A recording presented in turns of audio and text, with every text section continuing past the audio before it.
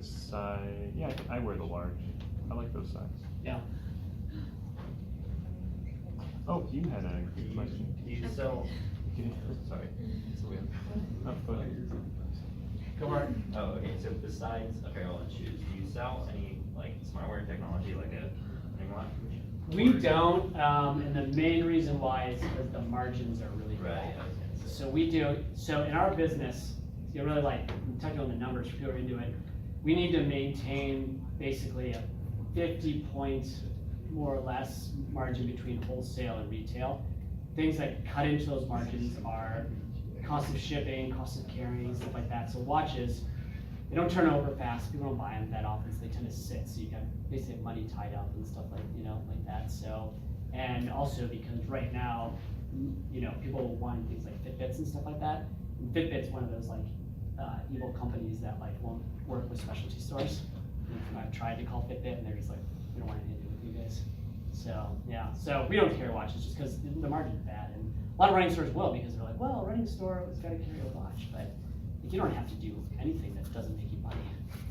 So I mean, like, make money. That's I had a guy come in yesterday and he was like, you don't have any shoelaces here. I can't believe a shoe store doesn't have any shoelaces, And I'm like, oh yeah, sorry, we don't go to Target or whatever. But it's like, shoelaces don't make us any money.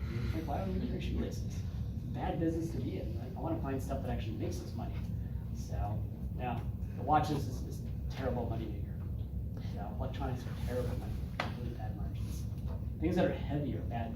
Like a lot of running stores carry these running detergents. They're so heavy, the cost of shipping, you basically lose money off of them. But they feel like they have to carry them because they're like, well, running stores should carry this. Lose money. And again, the average, so what do you guys think the average margin, that is what your total revenue minus your total costs as a percent? Like, what do you guys think across the country the average is, percent-wise? Like, if you bring in $1 million, how much would you expect to net profit? Any guesses? Because I know it sounds great, like 50%, you're making 50%. That's awesome, right? But again, they pay their employees, got benefits, they're full-time, they're... Our employees are full-time, benefit, 401k. Yeah, they're above minimum wage. They're not paid just, they're what, 15 plus an hour and starting. So they treat them well. And not only do you get paid, you get the free shoes and all the stuff on top of it. Not all stores will do that, but the average net margin, like, people think, they did a poll recently across the country, and most people thought it was 36%. Like, wow, companies are making 36%. They sell $1 million, they bring in $360,000 in net profit. That's so far from reality, because it's a tough business. He's got rent, he's got capital costs. You got to borrow. If you have to borrow money to buy product, you got to pay interest on it. So the average nationwide is about 5 or 6%. Walmart makes 1%. They sell a ton of stuff though, so that's where they get their massive profits, because they sell a whole boatload of. But yeah, it's about 6% or so, 5%. Yeah, it's so about 10, in my industry, about 10. We were doing yesterday, So most people, if you own a specialty store, you should be about 10%. But that's after all your costs, though. So and that's why it's so important, because if you're like, when I was talking about kind of making light of it, but like runners who ask for discounts or low margin stuff. So if I was the owner of this, I'm not the owner of this store, but the owners, when I own my own stores, if what I make is 10%, and I'm giving 10% discounts to people, I'm basically giving away all my money, And so I don't want that customer, because I want that money, like the owner of Shoes and Feet wants to make money. I mean, they've got to make a living and feed their children and all that stuff. And so, and that each thing you do kind of erodes, at your margin.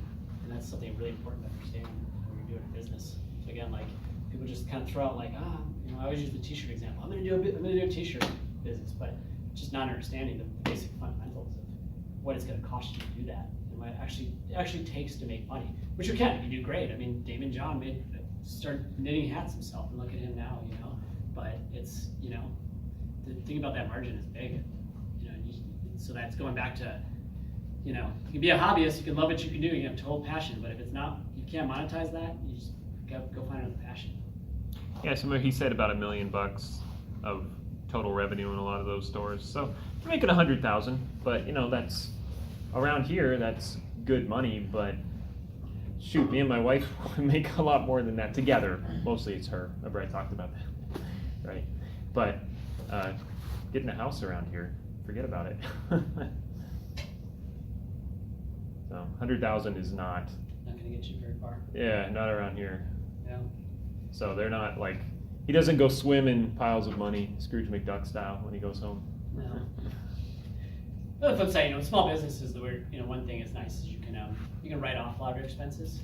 So after I sold my businesses back in Massachusetts and I moved out here, I was like, oh, I gotta pay my cell phone bill myself.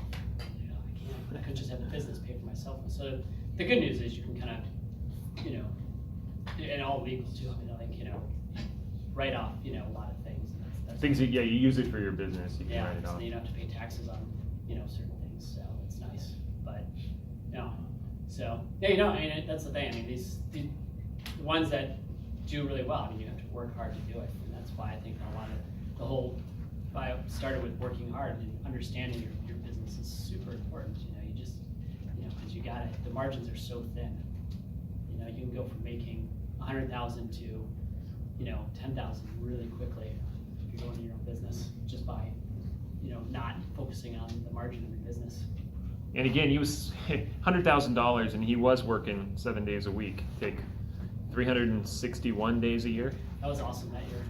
I don't remember when my daughter was like 1, that was like, so you gotta find a work-life balance after that, but you also have to be willing to do that. You just have to be willing to do it, so. And if you're not, that's fine too. There's plenty of places you don't have to do that. If you want a career that's 9 to 5, there's that out there. Yeah, that really is the difference between people that start a business and people that, a lot of people are risk averse, right? You like that guaranteed check, but there are entrepreneurs that see a hole in the market and will go out and I can fill it and I can make money, because there are businesses that make a lot of money. There are, right? I was talking to a guy that he's got some franchise, Taco Del Mar. He was telling me he is rolling in the money, but franchisees is tough as well, But I guess one last thing is you were talking about your group. So it's $50, right, for the 5K training? Yeah, 65 for new people. Yeah, we do our Wednesday night groups. So that's part of our marketing, but also it's like a moneymaker for us too is our training groups. So we do 12-week sessions. Right now we're all training for the Seahawks 5K. So I'll be the only one out there wearing Vikings clothes. So, but yeah, we do that. So we do it every Wednesday night. We have a beginner's run group. So everyone's around Bellevue. Totally. And I think you used to be free initially, right? Because there are free running groups, but you There said are. the difference Problem with was free running people groups don't is show up. You don't make money.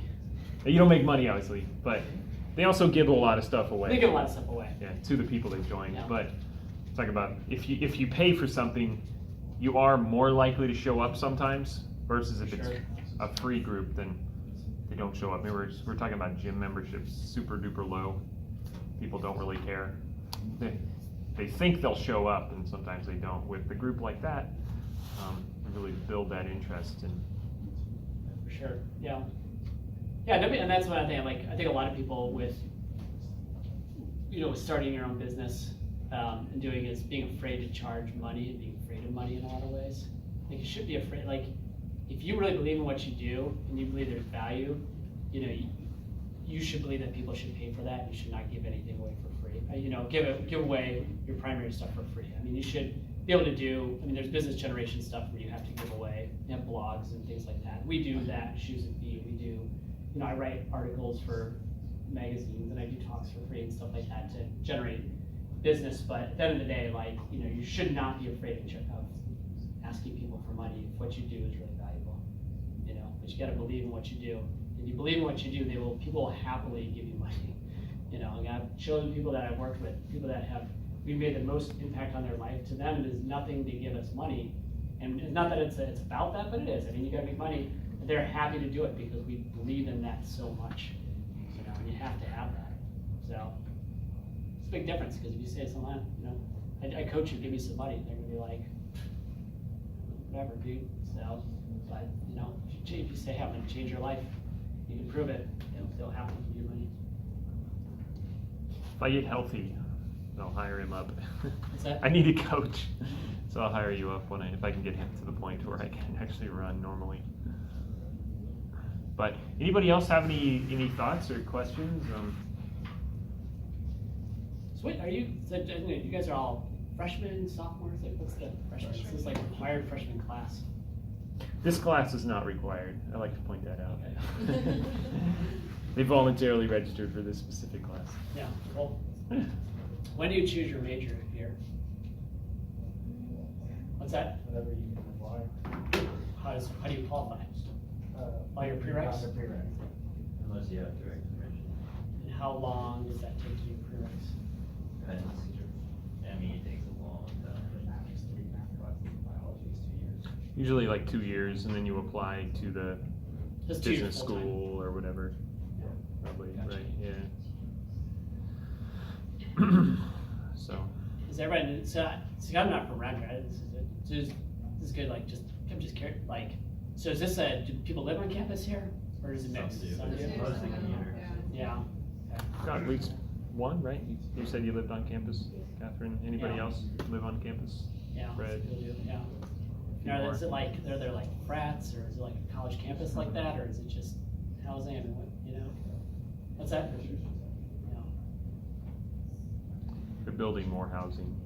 Got some brand new apartments right down the street going up, Yeah, crossing there. near the Beersley Bar and Grill.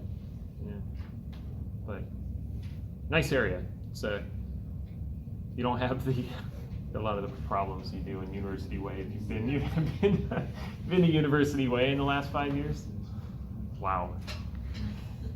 Yeah, don't bother. I've been there early in the morning running, and by myself actually with the group all split off, and so a lot of people sleeping in doorways and needles. And The trade-off is, so I Frightening live in area. Woodinville, and I'm like running into bears and cougars all the time, so. Not all the time, but I do run into bears in my runs all the time. What's that? That's like driving on ice, at least to an extent. Yes, it does. Anytime around the corner, I could be mauled by an animal. It's like, awesome, sweet. We didn't have that on the East Coast. I was like, there's no cougars on the East Coast, you know, and kind of, you know. I moved here, and the first trail I went running on was Redmond Watershed. I didn't run into it, but I came around a corner, and there's a big black bear, like sitting there chewing on some bushes and whatever they was eating. I was like, all right, this is gonna be in the Northwest. Runners, we call that speed work sometimes, right? All right, I'll turn this.